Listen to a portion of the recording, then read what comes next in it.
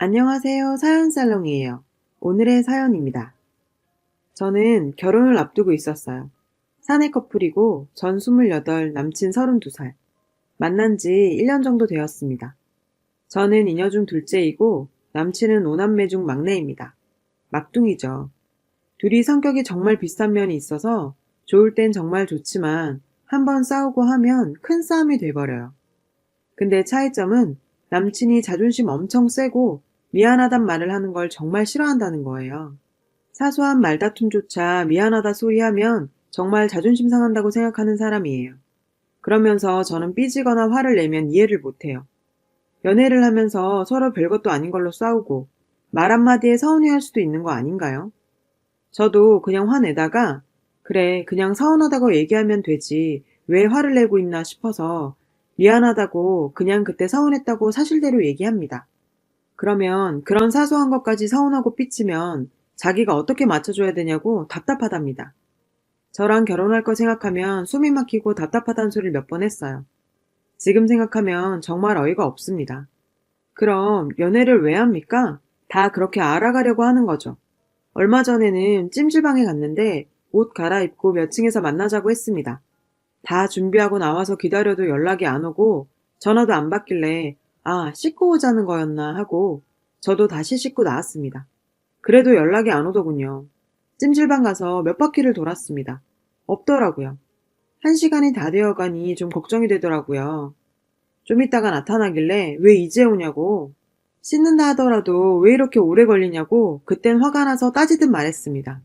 전화 놔두고 왔는데 저기 가서 쉬고 있었답니다. 제가 그걸 어떻게 알아요? 그래요. 그렇다 치고 그럼 보통 그런 상황에서는 미안, 폰 놔두고 와서 이러지 않나요? 끝까지 미안하단 소리를 안 해요. 폰 두고 왔다고 저보고 화 좀 내지 말랍니다. 그냥 어느 정도는 저도 포기했으니 그러려니 합니다. 남친은 그런 상황에 제가 사과하라고 하면 제가 숨 막히게 한다고 오히려 화를 내요. 얼마 전에 남친 친구랑 셋이서 술을 마시다 기념일 얘기가 나왔습니다. 저희가 딱히 날짜 정하고 사귄 게 아니었기 때문에 사귄 첫날을 둘이 그냥 처음 데이트한 날로 하기로 했어요. 100일, 200일, 300일 챙겨본 거 없고요. 내심 서운했지만 전 그땐 그걸 또 이해한답시고 직장인이기도 하고 하니 그래 1주년만 챙기자 싶었습니다. 근데 그날이 언제인지 모르더군요. 옆에 그 친구만 없었으면 박차고 나왔을 겁니다. 서운하다고 얘긴 했죠. 한 번 더 생각해보니 그래 이런 기념일까지 챙기면 1년이 기념일밖에 없겠다 생각이 들기도 하고 해서 곧 결혼도 하고 하니 결혼 기념일 잘 챙겨보자 생각했죠. 제가 됐다고 신경 쓰지 말라고 문자 보냈더니 그냥 아주 홀가분해 하더라고요. 예전에 사귄 지 얼마 되지 않았을 때 국내 여행 갈 일이 있었습니다.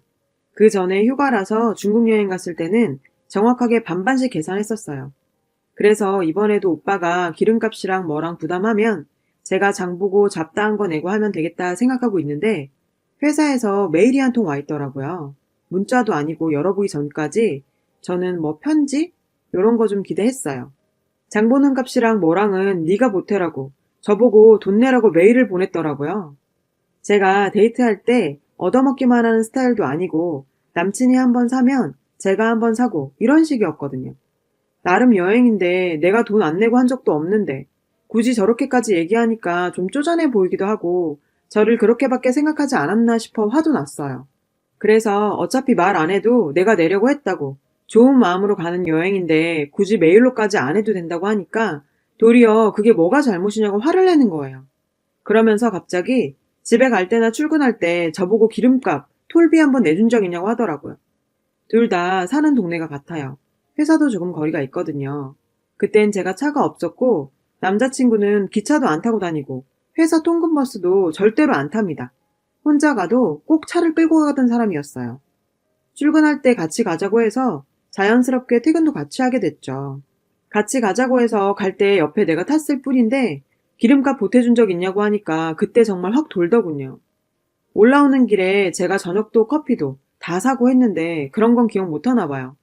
자기 유리한 대로 기억이 바뀌나 봐요. 한 번은 싸우고 폰을 끈다고 하고 전화를 끊길래 이야기 좀 하자고 제가 남친 집으로 갔더니 찾아오지 말라고 하더라고요. 배를 10번은 눌렀던 것 같아요. 안에 있는데 끝까지 문 안 열어주고 전화도 안 꺼서 벨도 울리는데 안 받더군요.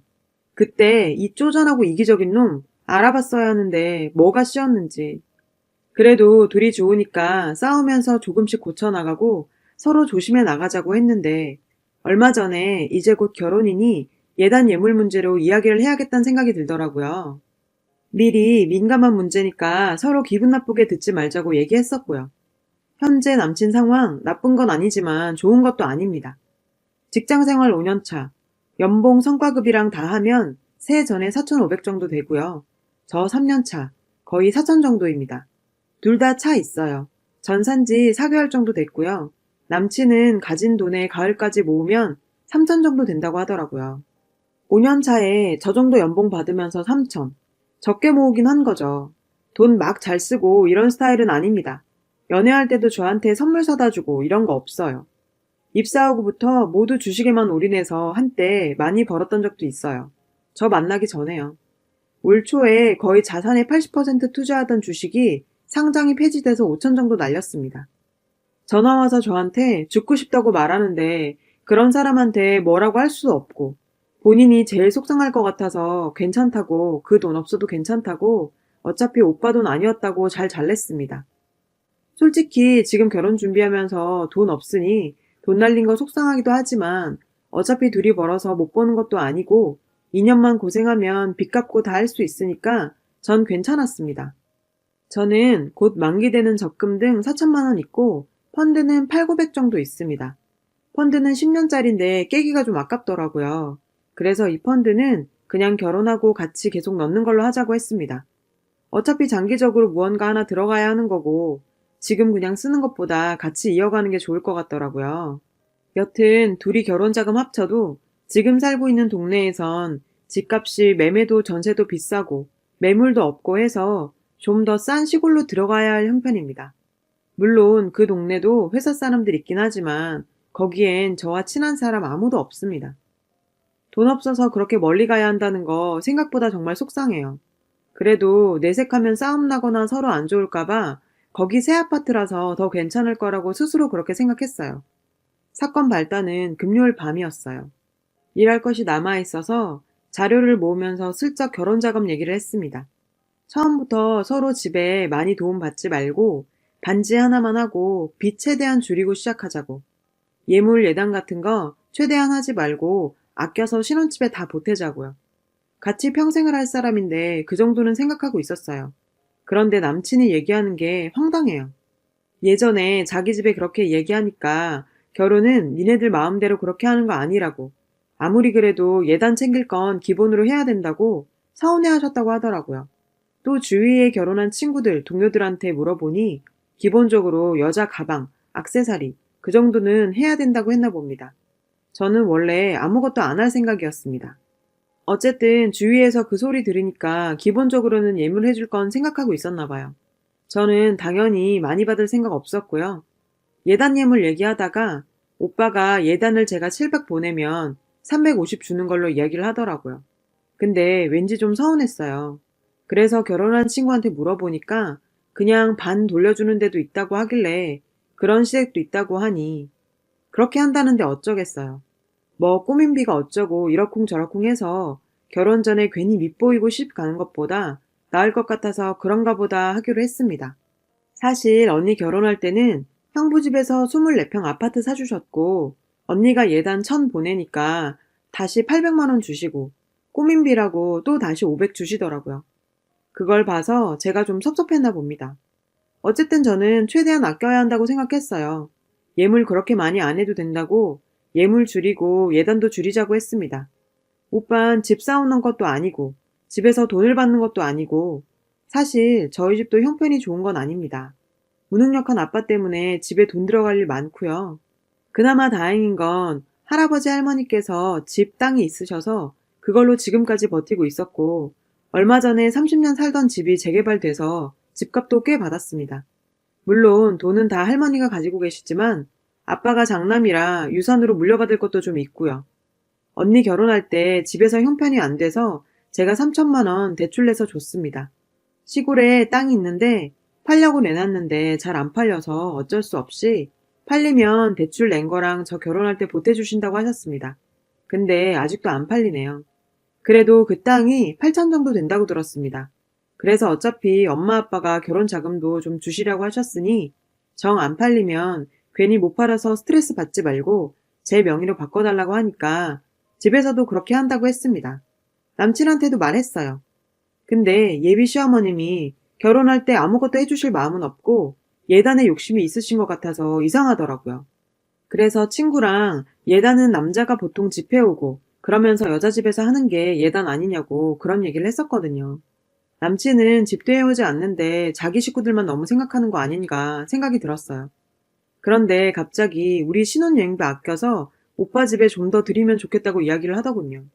물론 우리 집도 조금 드리자고요. 그건 자기 생각이 그렇단 거죠. 저희 집에선 바라지도 않아요. 정말 둘이 아껴서 결혼하기로 했고 대신 오빠가 신혼여행은 나 가고 싶은 곳 아무 곳이나 가자고 장소도 저보고 정하라고 결정되면 따르겠다고 얘기했거든요. 그런데 갑자기 신혼 경비를 아끼자니 이게 무슨 말인가요? 게다가 자기 집에 좀 더 주고 싶다니요. 참, 그 와중에 농담인지 진담인지 제 차를 팔라고 하더라고요. 2대 있을 필요가 있냐고. 자기 차 보험도 싸고 자동차세도 싸다고요. 제가 내 차 팔아서까지 결혼하면 솔직히 정말 서러울 것 같다고 했습니다. 그때도 자긴 집에 못 해드린 게 마음에 걸린다고 하더라고요. 집에 TV 바꿔야 되는데 이 소리도 예전부터 들었기 때문에 그럼 결혼 전에 주말에 가서 TV 한 대 사드리라고 했습니다. 부모님 중국도 한번 모시고 가야 되는데 이러더군요. 이것도 알고 있었습니다. 오빠 부모님 중국 가고 싶다고 하셨었거든요. 그래요. 연세도 많으신데 해외여행 한번 못 가셨으니 저도 결혼하고 나서 오빠랑 같이 시부모님 모시고 여행 한번 가야겠다 생각하고 있었습니다. 그 생각이 싹 달아나더라고요. 남자들 결혼한다 그러면 괜히 효자 된다더니 정말 실감했어요. 저도 올 초에 못난 아빠 만나서 평생 고생만 한 엄마와 둘이서 외국 여행 갔다 왔습니다. 결혼 전에 좋은 가방이나 진주 세트 해드리고 용돈도 좀 드릴 생각하고 있었고요. 그래서 그런 마음도 다 이해하려고 하는데 자기 집에 해주고 싶은 것들이 점점 심해지는 겁니다. 신혼집 아파트 전세 내려면 대출도 있어야 하는 상황인데 물론 그 대출도 둘이 맞벌이라 반은 제가 갚는 게 되겠죠. 결혼 자금도 부족한 거 아닌가요? 제가 이해하려는 그 선보다 자기 집에 그것도 하필 지금 하고 싶은 게 너무 많은 거예요. 그렇게 얘기를 듣고 나니 예물을 시댁에서 해주시는 건지 오빠가 해주는 건지 정확히 알아야 할 것 같더라고요. 시댁에서 해주시는 거면 예물을 해주시는 거 맞춰서 안 섭섭하게 예단을 해야 되니까요. 안 그래도 예단에 예민하실 것 같은데 말이에요. 오빠가 하는 거면 빚내서 하는 거고 결국 저도 같이 갚아야 하는 건데 제 빚내서 제 예물하는 거잖아요. 솔직히 이런저런 생각하지 않고 예단도 예물도 다 하고 싶지 않았지만 예물은 생각도 안 했고 그래도 예단은 그냥 기본은 해드리려고 생각했습니다. 문자로 예물 부모님이 해주시는 건지 오빠가 해주는 건지 물었어요. 왜 묻냐고 하길래 궁금한 걸 물어봤죠. 그러더니 너무 유치한 거 아니냐고 하더군요. 집에서 집 사주면 예단하고 아니면 우리 집을 남보듯 선물 하나 안 하겠다는 거네. 그러더니 자기 형 누나들한테도 아무것도 안 받을 거고 아무것도 해주지 말자고 하더군요. 남인 양 성 긋고 살자고. 좀 어이가 없더군요. 참 말이 아다르고 어다른 건데 상황을 이해하지 못하는 것 같아서 그런 말이 아니지 않냐고 처음부터 나는 집 사달라고 한 적도 없었고 그건 내가 알고 있어야 내가 어떻게 해야 되는지 준비할 생각을 할 수 있는 문제라고 했어요. 설명을 해도 소용이 없더라고요. 아니 결혼 자금 남들처럼만 돼도 제가 왜 선물을 안 합니까? 우리 집에서 땅 받은 건 생각도 안 하고 자기 집에서 부모님 돈으로 예물하는 건 아까운 건지 그렇게 처음부터 돈으로 따지자 치면 우리 집에서 준 땅값이랑 제가 가진 돈이랑 오히려 제가 더 많이 해가는 거죠. 오빠가 더 해주는 거 없는 거고요. 정말 어이가 없더군요. 그러더니 집에서 제 예물 해주기로 하셨는데 네가 그러니까 받기 싫어졌다고 하더라고요. 안 내킨다고. 반지 하나씩만 하고 저희 집에 함도 안 한다고 서로 집에 말씀드리자 하더군요. 나중에 서로 못 받았다고 서운해하지 말자고요. 참, 그때부터 문자 안 했습니다. 그러다 밤에 문자 오더라고요. 저는 정말 미안하다고 얘기할 줄 알았어요. 대뜸 한다는 소리가 반지는 그냥 아무것도 없는 금반지로 하는 거 어떠냐고요. 이게 정말 돌았나 싶더라고요. 결혼이고 뭐고 파혼이다 싶어 네가 회사 그만두라고 했습니다. 이렇게 어떻게 회사를 같이 다니겠습니까? 그랬더니 전화가 오더라고요. 무슨 말이냐고 소리부터 지르길래 너같이 쪼잔하고 개념 없고 이기적인 놈이랑 결혼 못하겠으니 파혼이라고 알려줬습니다. 처음에는 장난인 줄 알더라고요. 다음날 회사에 휴가 내고 폰도 꺼버렸습니다. 웬일인가요? 그렇게 자존심 꼿꼿하게 세우던 인간이 정말 똥줄이 탔는지 집까지 찾아왔더라고요. 그러게 있을 때 잘하지 말이에요. 그렇게 와서는 자기가 미안하답니다. 뭐가 미안하냐고 결혼 준비에 대한 생각은 내가 하자는 대로 바뀐 거냐 물었어요. 그건 아니랍니다. 뭐 하자는 건지 사태 파악 능력이 모자라나 봐요. 오빠가 미안하다고 사과하는 거 이제서야 들었네. 근데 어쩌냐? 너무 늦었다. 나 한 번에 이러는 거 아니고 한계에 다다른 것 같아서 그러는 거니 파혼하자 했습니다. 며칠째 남친의 그 어머니의 폰에 불이 납니다. 회사에서도 없는 사람 취급해버렸죠. 불편하면 네가 회사 그만두라고 했어요. 그렇게 2주가 지나니 회사 그만둔답니다. 이렇게 마음먹고 지르고 나니 속이 후련합니다. 왜 그동안 자각하지 못했을까요? 이제야 보이네요. 남자친구의 행동들이 나는 이런 사람이다 라고 저에게 이미 다 알려주고 있었다는 거요. 물론 잘해준 기억, 행복한 기억도 많습니다. 왜 없겠어요. 그것보다 저에게 준 상처들이 너무 큽니다. 친구들도 회사에서도 제 결혼 소식 알지만 지금이라도 끝낼 수 있는 게 다행인 것 같습니다. 저런 사람이랑 그의 가족과 함께 사는 걸 상상하니 이거보다 더한 고구마가 없네요. 저 잘한 거죠? 잘했다고 응원받고 싶어 쓰다 보니 길어졌네요. 읽어주셔서 감사합니다. 여러분, 사연 댓글에 응원과 현명한 조언 부탁드려요. 좋아요와 구독은 저에게 큰 힘이 됩니다. 오늘도 좋은 일 가득하세요.